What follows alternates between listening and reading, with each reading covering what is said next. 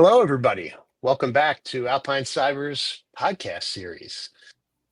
Today, we're going to be having a nice little conversation about vulnerability management 101.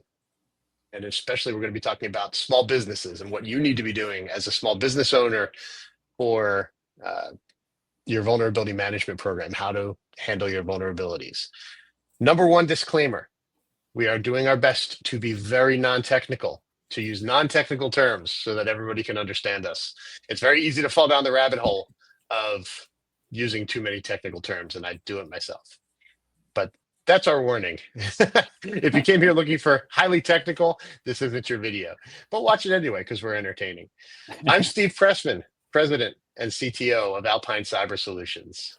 And I'm Frank Urbanski, the Vice President of Security Services. At Alpine Cyber also. Sometimes. All right, Frank, let's talk about it. Vulnerabilities. So what is a vulnerability? Yeah, so another disclaimer up first. There are tons of vulnerabilities out there. Right now, we're just talking about computer systems, cybersecurity, technology, that kind of thing. Yeah, I'm a vulnerability, personally. Yeah. we should get shirts made. I'm a vulnerability. I Taking kind a of think I note. would wear Actually, that. yeah, I actually really like that. Anyone who's watching this, that's copyright. That's mine. To make it easy, and like I said, to keep away from the tech speak, to think of a vulnerability this way. You have a house. If you have a broken lock or an open window, or maybe your window's on the second floor, it's open, you think it's on the second floor, but for some reason you stick your ladder next to it. Those are all vulnerabilities. Yeah, so vulnerability is something that can be taken advantage of to do something that you don't want to have happen. So, in its generalist of terms. So, all right, the next question then, what is vulnerability management? Go, Frank. Yeah, so going along with the housing idea, it would be, you see these things, you write them down and make a nice list, right? So you see all your open windows, your unlocked doors, your ladders that are just laying around. So you go around, you take a look, you make a list of things you have to go fix. So yes, when you're doing it in your small business, you are taking a look at all the technologies you use. You're taking a look at all the vulnerabilities that are associated with them. You then prioritize that list and come up with either projects or fixes and then implement them. That's the piece you missed on the house analogy. It's good enough to make a honey-do list, but if honey doesn't do, then you still have those vulnerabilities. Exactly. So, look for your problems, write them down, order them. Maybe one of your fixes is really expensive and the bang for the buck isn't really there and you can't really swing it. Do that one later. Do the ones that you can get done. Do the ones that are going to knock down your vulnerability level the most. All right. Fix it. Oh, and then when you're done, guess what? You got to do it again. You have to go back and look again because who knows? Maybe your kid left the window open again, or the dog left the doggy door open. You don't know. Something is not quite right in the house, and you've got vulnerabilities. Yeah, something to remember there too before we move on is you'll find a ton of stuff when you're looking at vulnerabilities. Not everything has to be fixed right away. So maybe that second story window is in an attic that you lost the key to. It doesn't mean you have to go break down the door and go through this whole thing to go close that window. Just removing the ladder might be enough. And you're like, okay, I'm okay with leaving that window up, but now I took the ladder away. I'll get to the window later.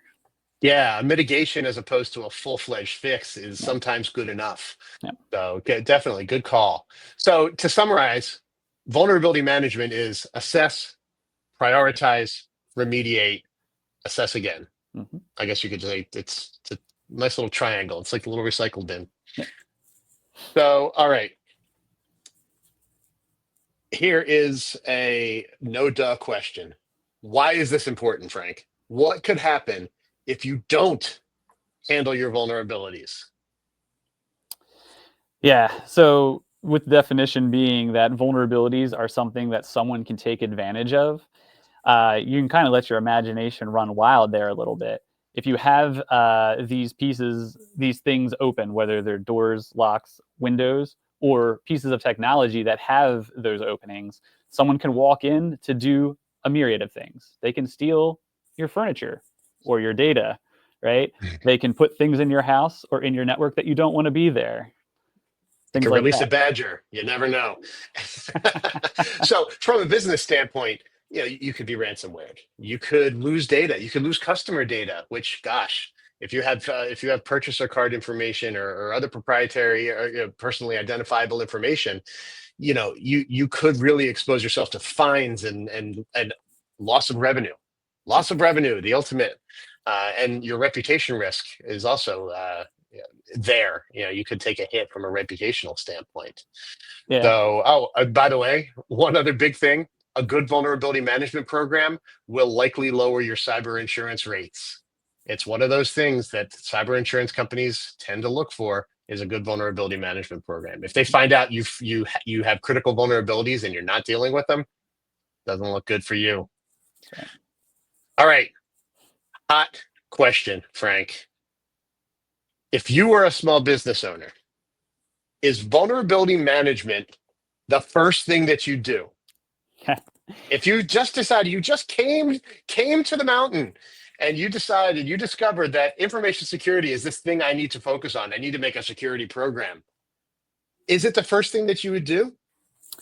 Yeah, it's interesting when thinking about this question, there was a lot of internal debate amongst myself. And in the end, yeah, I think it is. It is should be the first thing you do. And, continuing down that analogy train, you have a house, you just bought a house, and you start looking around and you see those open doors, broken locks, open windows. What is the first thing you would do? Take care of those or buy that 86-inch TV?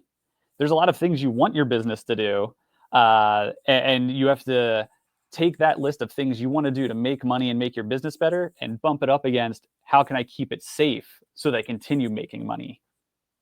I hear you, but all right, I'm gonna be the voice of the audience here. Um, policies are usually the first thing, right? Because if you don't have policies, you don't have that documented list of stuff that you're supposed to get done. Why wouldn't you do policies first? Yeah, so it's always good when you're starting out to start getting quick wins on the board. Writing policies, especially if you don't have experience, might be the wrong word, but if you don't have any experience in doing anything in the security rated field, you can write these grandiose statements or these grandiose ideas, and then you'll start doing them and have to go back and change them later. They are still super important, and they will definitely help in the future to direct your security program. But putting a vulnerability management program in first will cover so many bases. Get to that 80%. You don't got to be perfect on the first time. All right, you got me convinced.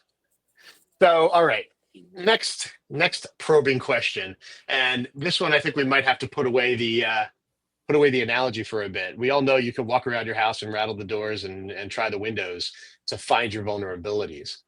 How do I do it on my computer network? Yeah. So the tried and true method is a vulnerability scanner. You're gonna put something on your network that'll go out and crawl through and look for all those vulnerabilities. Not all vulnerabilities, but a lot of vulnerabilities are well known to the public, and any scanner worth its salt will understand how to test for them. So you use a scanner, and then it produces results. That's And great. that's going to find the scanner's awesome. The scanner's going to find issues in your computers, your endpoints, your laptops, your desktops, your servers. It might even find vulnerabilities that are in your switching equipment, your network gear, your phone system. It depends on what it can find, what it can get to. I remember in the olden days, back in the earlier part of my career, if you did an annual vulnerability scan, you were ahead of the game. Obviously, annual is not good enough anymore. Annual No, is not even close to good enough anymore. Talk to me, Frank. no. I mean, yeah, if you if you subscribe to any IT or security related blog or news source, you're probably seeing news stories pop up every single day. I mean, hey, just go to any regular news website and you'll see a vulnerability news. They're coming out way too hot and fast these days that you can't just do it Yeah. once, even once a month. Is really a reach. Yeah, I was going to say more recently, once a month, people looked at me with wide eyes when I was trying to offer that as a service for Mhm. Alpine. Monthly scanning. Why do I need that? Oh my God. Well, guess what? Monthly scanning is too far apart now. Think about it this way, even if you're really good at fixing the things that your vulnerability scanner finds, if you're only scanning once a month, you might not find something for 30 days. And Exactly. it's sitting there waiting for the bad guys to come and take advantage of it and come through that unlocked resource. And remember too, just because you're performing scans or performing that assessment continuously or more often than once a month doesn't mean you're also fixing everything once a month. But it's Right. better to know that something popped up this morning than find out it popped up 29 days from now when you scan again. Yeah, so let's talk about that. So prioritization. We talked about how, do the things that you can afford, but when you have a vulnerability and it's found by your scanner, how do you know which ones are the worst? How do you know what to do? How do you know which ones to do first? Yeah, man, that is an active conversation that is happening today in the tech world, and there's a bunch of different systems out there. Yeah, one of the most common is the CVEs. They've added scoring to it. Another one that's starting to gain some traction is EPSS, and that all of them are models that are trying to figure out, you know, what the exploit is in, how easy something is to exploit. Is the exploit being seen in the wild? There's so many different factors that go into all these We're different losing our models. non-technical. We're I losing our know. You're right. You're right. non-technical. Bring it Reel it back. back in. Reel it back in. Yes. Thank you very much. The main point is you're looking at the vulnerability, what happens if it was exploited, and then deciding how bad would that be for me. If Yeah, if and it also yeah, how easy is it for the bad guy to access it? yep. Just recently, Palo Alto, a firewall manufacturer, came out with some vulnerabilities that were huge critical flaws this week. And you were very much less at risk if you didn't have your administrative management interface, your website that you manage the Palo Alto with, exposed to the internet. If you just had exposed internally, that reduced the aperture dramatically for what you might be able to get hit with. So that criticality is really determined by how likely is it that it could happen. And like Frank said, how bad would it be? What can they get? If they can get, the customer data, oh my goodness, patch that stuff right away. Do not wait for your next patching window. Call an emergency change. Just do it. But if it's something that might expose data, and if the stars align just so, and everything happens in a perfect alignment, maybe that's a low. Maybe you don't need to do that one. And by the way, the easiest way to know is to bring someone in who knows. So my recommendation is that you bring in a managed security service provider. Alpine Cyber happens to be one, and I know it sounds very self-serving, but I wouldn't say it if it weren't true. Bring in someone who knows what they're doing, and they can help you do the scanning. They can help you prioritize based on that work. So, Frank, is the computer system the only place where we have vulnerabilities in a small business? I'm a small business owner personally. I can tell you this, I don't have a whole lot of computers or a big network or this big crazy firewall. Where am I at risk? Yeah, yeah, specifically for us in particular, it could be your cloud software like your Microsoft 365, your if you use like Intuit, QuickBooks Online, one of those things. Those are things that could have vulnerabilities. Web applications, if you expose them to the internet for customers to use, um, a lot of those have their own inherent vulnerabilities in them, and it could be if you're the one providing them, scanning can help with that. If there's something that a third party vendor like Microsoft or QuickBooks is providing, they take care of some things, but there are settings that could be misconfigured that they often tell you, hey, here's what you should do, and you should listen to those. Yeah, yeah. Like for instance, let's say you left your Microsoft 365 tenant configured, and one of your users could easily share all of your files out to somebody who's outside the company. Maybe it's not even malicious. It's not like a salesperson taking all their leads with them. It's just they shared too much because they made a mistake. That's the kind of thing that can be locked down if the configuration of the system is done well. Microsoft and other vendors have a concept of like a security score where they'll actually, if you go to the right place, and again, I'm not picking on Microsoft, I just happen to have it fresh in my mind, security.microsoft.com, as a place where you can go that has a security score, and it tells you you didn't do this, you didn't do this, you did do this, you did do this, and you get a point score. They're showing you how to secure it. It's pretty outstanding. But not all vendors do that.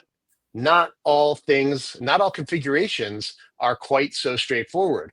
In those cases, you need to go look. You need to hire someone who knows what they're doing to go look at those configurations. and then do the right thing, fix them. Okay. Like I said, shameless plug. A managed security service provider who knows what they're doing is going to help you find them, is going to help you prioritize them, and will likely help you fix them. Yeah, and then why, like we said, you never want to do these things once. And while we said continuous vulnerability scanning of your assets and everything, that's great. We understand this is different. It's configurations. It could be different pieces of software. Try to at least do it annually. Yeah, Things change. things Things, change. yeah, All right, let's close this down. What are the key takeaways, Frank? What is it? What do we want everyone to remember? I got this. I don't need you for this. Number one, look for your vulnerabilities. Scan, assess, do something, find them. Prioritize those fixes. Okay, what's the most important? What's the most impactful? Fix them. And then, by the way, do it again.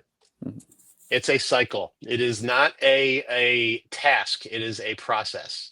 You need to continually assess yourself, prioritize, and remediate. You know, Frank, one of those things that we need to do one of these days is have I think we'll do a podcast in a couple of weeks about patching, because patching is yeah, an art and a science. And patching is the greatest way to actually block a lot of these easily discoverable vulnerabilities. yeah. Talking So, about something that has massively changed over the years, we definitely should. yeah, yeah, absolutely. All right. Thank you all for your attention. Thank you for sticking with us to the end. We will see you next time. Stay safe out there. Bye.